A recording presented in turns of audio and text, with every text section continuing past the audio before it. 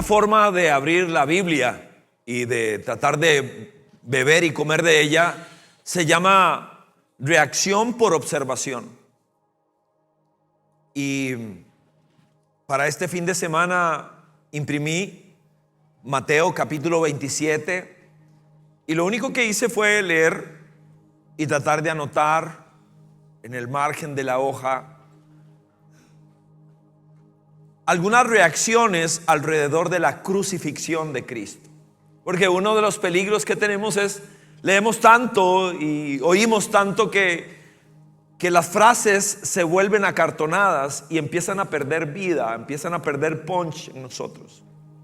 Y somos capaces de acuñar algunas frases. Feliz Navidad significa muy poco, semana de reflexión significa casi nada. Así que empecé nada más a observar y a reaccionar.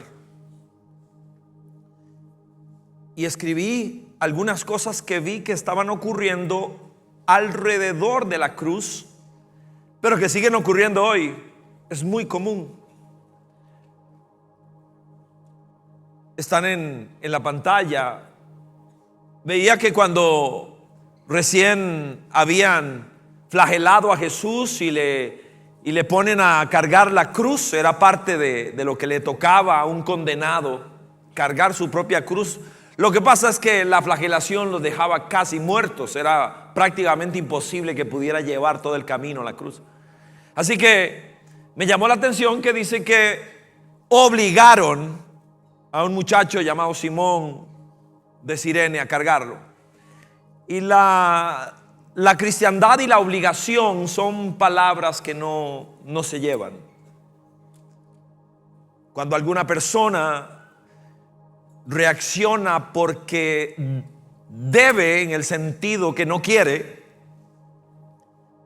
no funciona. Y alrededor de la cruz, ese concepto de obligatoriedad que no responde a la gracia que enamora, que derrite un corazón, que hace que una persona empuje con toda su fuerza. Lo otro que notaba es que en medio de aquella circunstancia tan difícil, cargando un peso tan grande, habiendo sido flagelado, el látigo romano era terrible porque era 7 hebras de cuero largas con hueso afilado en el medio y puntas con plomo. El verdugo era experto en infligir dolor porque las cuerdas abrazaban a la persona y ellos jalaban de tal manera que la posta se abriera. 39 de esos. Con razón, Isaías, 700 años antes, miró a Jesús y dijo: Él fue molido por nosotros, molido por nuestro pecado. Literal. Y entonces, en medio de esa situación, le acercan a Jesús vino y hiel. Y dice la Biblia que él bebió, pero lo botó, no quiso, porque era el sedante de la época. Era una manifestación de compasión misericordiosa para que alguien no sufriera tanto. Era una muerte lenta, terriblemente dolorosa. Y Jesús no la acepta. Es como si estuviera diciendo: no puedo dormirme ahora. Para este momento llegué. Para orar lo que tengo que orar. Para oír la petición de alguien, acuérdese de mí, le va a decir otro. Para mirar, citó los salmos varias veces en la cruz. No puedo dormirme. Le puse sedación. La gran mayoría de nosotros buscamos la forma de escapar de nuestras realidades. El problema primario no es alguien que vende drogas. El problema más serio es que hay quien las compra.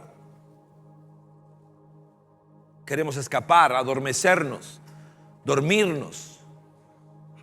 Jesús llegó a ese punto porque era una cita eterna y tenía que estar despierto. Seguí leyendo y puse negocio porque vi que los soldados tomaron la pieza de ropa de Jesús que describe Mateo, que era muy fina, de una sola pieza, cara, y decidieron no romperla y decidieron que la rifaran entre ellos. Bien material alrededor de la cruz. Negocio en el sentido incorrecto. Pasó allá y sigue pasando hoy. Y luego ponía sarcasmo porque se burlaron una y otra vez de Jesús. Desde el pretorio lo desnudaron, le pusieron, seguro había alguna de las capas de los soldados, andaba por ahí, alguna que se había quedado, eran de color escarlata, y se la pusieron encima y se le arrodillaron y dijeron: oh, a ti eres el rey de los judíos. Y luego le pusieron una corona de espinas, y luego le dieron con una caña en la cabeza: salve, rey de los judíos. Y pusieron el rótulo, ahí tenía que ir el nombre del delito. Y pusieron ese rótulo: este es Jesús Nazareno, el rey de los judíos. Era sarcasmo. Igual hoy alrededor de la cruz. Blasfemaron. La blasfemia es dirigirse de manera irrespetuosa ante alguien que es sagrado o algo que es sagrado. Y dice que blasfemaron, fue pandémico alrededor de eso. Empezaron a desafiarlo. La desinformación sigue ocurriendo hoy también. Le dijeron: si es cierto que eres capaz de botar un templo que duró décadas en ser construido y que puedes restaurarlo en 3 días, ok, si eres capaz de eso, eres capaz de bajarte de la cruz. Igual que en ese tiempo, Jesús nunca dijo eso. Jesús no se refería a un edificio de mármol. Él se refería a su cuerpo: destruyan este cuerpo y en 3 días lo levanto, dijo.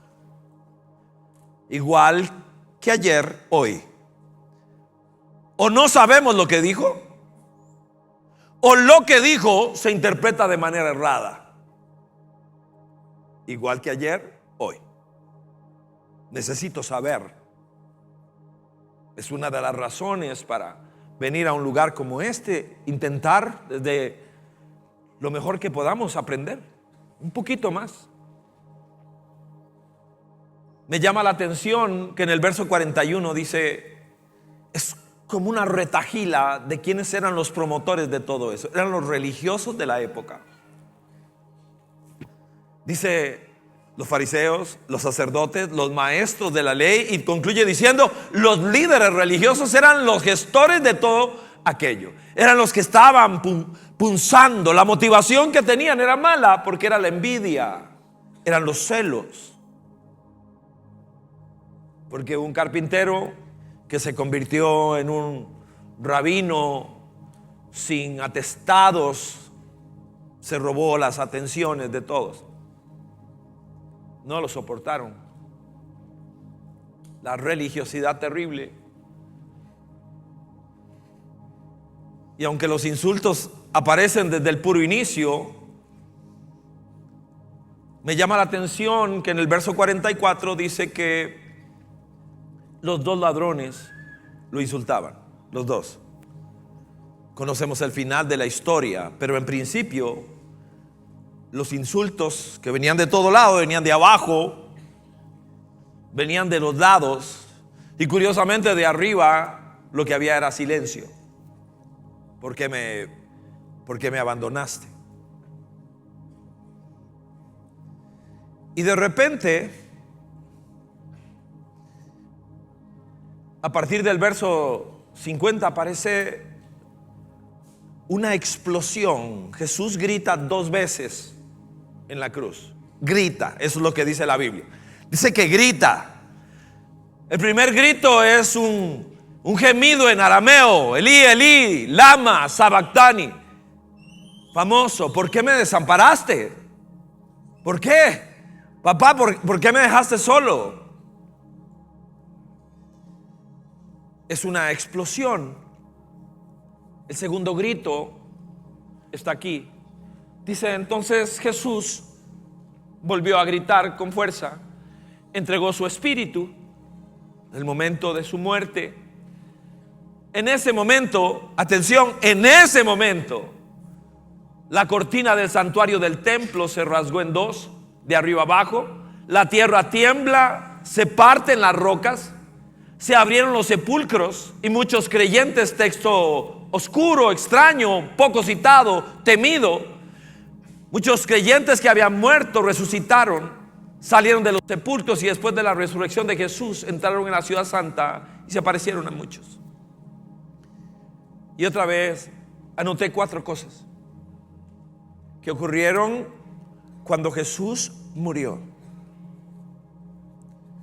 que me recuerdan que realmente hay veces es la religiosidad que nos rodea en medio, y hablo de mí, que emanamos en semanas como esta, donde acartonamos frases y rituales, pero con poca vida. Y es necesario recordar lo que pasó. Una de las cosas que ocurre es que la naturaleza reacciona. Esencialmente dice que el sol se puso en huelga de las 12 a las 3, en huelga. Y escribía con lápiz allí. Es como si la naturaleza, porque hubo un terremoto, porque las piedras se partían por la mitad, como si la naturaleza dijera: ese es mi creador. Eso dice Colosenses. Colosenses dice que Jesús es el autor de todas las cosas, el creador. Todo fue hecho por Él, por medio de Él y para Él. Y de repente el sol entra en huelga, porque su creador está siendo humillado y sacrificado. La tierra se mueve, las piedras se parten. Tenemos la evidencia en los evangelios que la naturaleza reaccionaba de manera ilógica cuando Él lo pedía. Era el agua capaz de sostener sus pies. La naturaleza reacciona. ¿Sabe? Seguro lo ha escuchado. Hoy se pregona que la naturaleza es nuestra mamá. No es cierto. No es cierto. La naturaleza es nuestra hermana, porque es creación del mismo Dios. La naturaleza reacciona. No es que está a cargo de nada. Lo segundo que veo y anotaba allí es que el imperio cree que manda. El imperio romano en ese momento, dominante, cree que manda. Los religiosos dijeron: ¿por qué no te aseguras de que aquel mentiroso, literal, así es esa palabra, o sea, que ese farsante, no sea que sus discípulos aparezcan, se roben el cuerpo? ¿Por qué no sella la tumba? Sello romano, el imperio, eso no se toca, pena de muerte, y ponga una guardia, poder militar. El imperio cree que manda. No. Lo mismo ocurre hoy.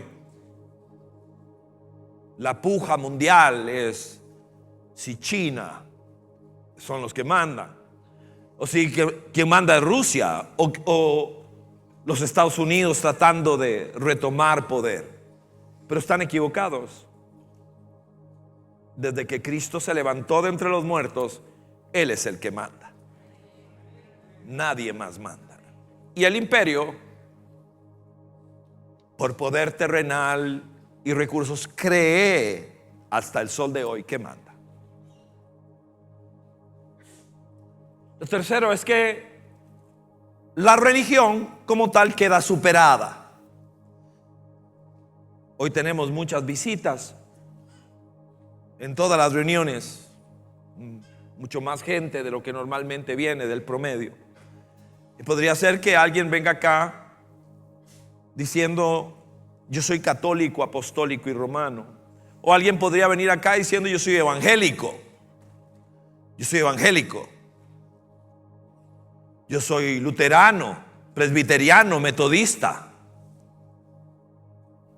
Alguien podría aquí venir esgrimiendo que es un adventista del séptimo día, Cuando Cristo muere y grita, la religión queda superada.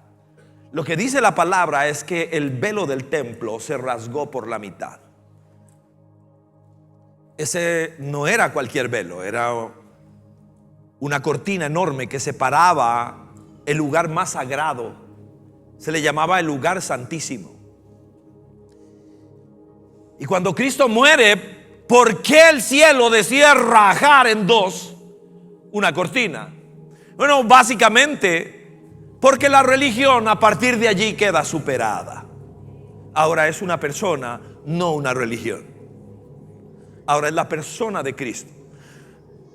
Antes de ese momento, el sumo sacerdote entraba una vez al año a ese lugar.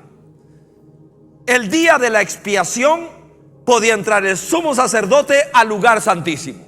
Ahora se parte por la mitad y el mensaje de Dios es: la religión quedó superada. Solo hay un mediador entre Dios y los hombres. Se llama Jesucristo. No es una religión, no es nadie más. Así que se acabó la persona especial, el sumo sacerdote, que entraba al lugar especial en el día especial. Ahora, gracias a Cristo, cualquier persona, en cualquier lugar y en cualquier momento, puede aspirar a Dios. No importa dónde esté, no importa quién sea, si tiene el corazón correcto, puede aspirar a Dios. Y no solo eso, sino que Mateo, que seguro se está deseoso de llegar a los siguientes capítulos para hablar de la tumba vacía y cómo se levantó y de las apariciones de Jesús, no se aguanta y empieza a decir algo de antes. Dice: y cuando él gritó, ahora sí, la vida de Dios inundó este mundo de muerte. Y los creyentes, porque hay salvos después de Cristo, pero también antes de Cristo. Los de antes de Cristo fueron salvos por la fe en quien había de venir. No lo conocían bien, solo tenían un dibujo abstracto, pero fueron salvos por el que había de venir. Y se pone poético Mateo y dice: partieron las piedras, no hay sepulcro que los aguante. Entraron a la ciudad santa, se manifestaron a muchos. Texto complejo, pero básicamente significa que gracias a Cristo los enemigos del ser humano quedaron derrotados: Satanás, el pecado y la muerte. Derrotados. Y la única persona que nos puede hacer caminar en victoria en esto, derrotando a nuestro enemigo Satanás, perdonando nuestros pecados y haciendo que la muerte ya no le tenga temor, porque ahora es solo una graduación. Me gradúo el día que me muera, me gradúo. Donde empieza la verdadera vida, la vida de Cristo en nosotros. En estos días estamos planeando, unos primos y yo, celebrar a un tío muy querido que recientemente murió. Vamos a llevar fotografías e historias. Él fue muy especial con todos nosotros cuando éramos niños. Marcó diferencia realmente. Vamos a tomarnos algo, conversar y hacer memoria de él. Él no está ahí. Solo vamos a honrar su recuerdo. Es lo que podemos hacer. Vamos a bendecir a sus hijos, nuestros primos. Pero él no está ahí, es solamente un memorial. Lo que nosotros estamos haciendo aquí es muy diferente. Es muy diferente. Porque se llama Kushinagar. Está en la India. Ahí está enterrado Buda. Y peregrinajes mundiales para visitar aquella tumba. Y en Medina, en Arabia Saudita, está enterrado Mahoma. Los musulmanes deberían, es lo que demanda su ley, deberían orar cuando lo hacen en dirección a donde están los huesos de Mahoma. Y en Hebrón, en Israel, está la tumba de Abraham. Pero como decían Juan Quimania hace un rato, nadie puede decir dónde está la tumba de Jesús, porque no hay. Guardes de las flores no puede llevarlas a ninguna parte. No hay, porque está vivo.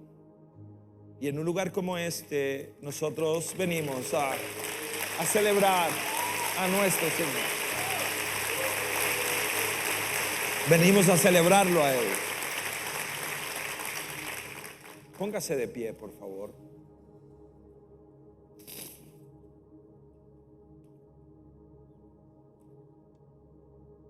Señor, no honramos la memoria de nadie.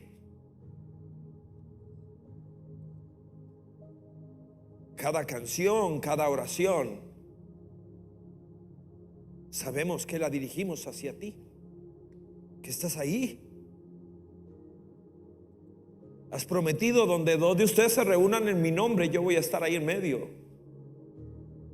No honramos la memoria de nadie, no honramos un ritual, algo religioso. Estás vivo, Señor. Y nuestra oración es que esa vida se manifieste. Como suelo decir,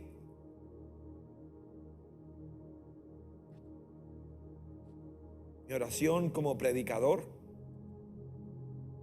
solo soy un gusano. ¿Cómo voy a explicar el sol? Y mi oración es que el sol se explique solo. Su luz, su calor, su energía, su fuerza, su vida nos inunde. Lo más que podemos hacer es señalarlo y que se explique solo. Por eso te pedimos, Señor, recuerda, en un lugar como este no es un templo formal. Era una bodega hace unas décadas para procesar carne de soya. Pero decidiste apartar este lugar como tierra donde se predique tu palabra, donde se adore tu nombre. Y desde hace más de 3 décadas lo hacemos en este lugar. Nada funciona, ni el saludo caluroso de nuestros anfitriones, ni la nota musical de nuestros músicos, ni el mejor esfuerzo de alguien que abra la Biblia para hablar de ti. Nada tiene sentido si tú no manifiestas tu presencia, calor, tu luz, tu vida. Solo te pido, Señor, por quienes estamos en el camino, ayúdanos, pero también y especialmente por quien está aquí o está a través de la tecnología y sabe que hoy necesita entregarle su vida a Jesucristo, rendirse. Los evangelios registran 2 reacciones finales. Un centurión que sabe que el sol no se esconde todos los días, que no entra en huelga todos los días, que sabe que no es sencillo, que ante el grito de consumado es, la deuda está pagada, la tierra tiemble y las piedras se partan por la mitad. De repente se da cuenta de que no tiene ningún poder y reacciona verdaderamente. Este es el Hijo de Dios. Y un ladrón que empezó igual que el otro a insultar, a blasfemar, pero de repente, como decía la mita, ahora en su poema, de repente se da cuenta y hace una oración corta pero poderosa. Jesús,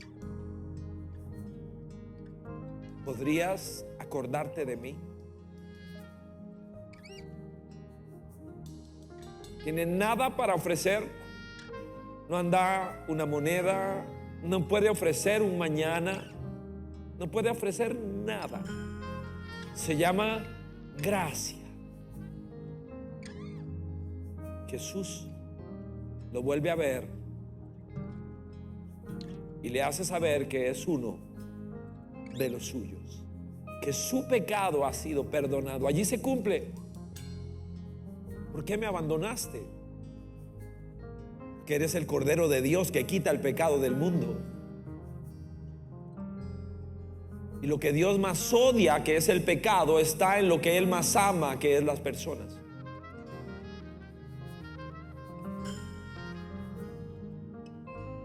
Por eso, Señor, igual que aquel centurión o igual que aquel ladrón, lo que te pedimos es que en un lugar como este, el milagro más maravilloso que existe es que una persona realmente se entregue a ti, Señor, se rinda.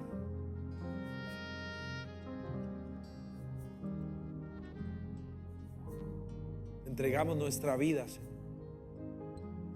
No eres un recuerdo. No creo que hayas venido a esta tierra para que tengamos una semana de meditación. Viniste, Señor, a buscarnos para que te entregáramos la vida, porque tú eres el único que puede rehacerla. Como decía la Mita, casos perdidos, hermano, perdidos, hasta el día en que encontramos al buen pastor. O mejor dicho, Él nos encontró a nosotros para llevarnos de regreso a casa. Te entregamos nuestra vida y corazón, Señor, y esta casa, Vida Abundante, retoma su compromiso de sanar familias en el nombre de Cristo, de llevar, Señor, de manera misional tu palabra a los lugares, a esas citas divinas que tienes para nosotros. Vida Abundante te dice presente, Señor. Anhelamos invertir nuestra vida en ti, Señor.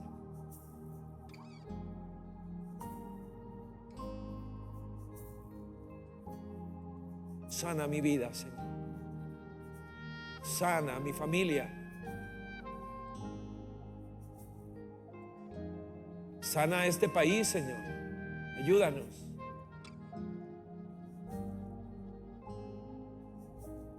Sana a Costa Rica.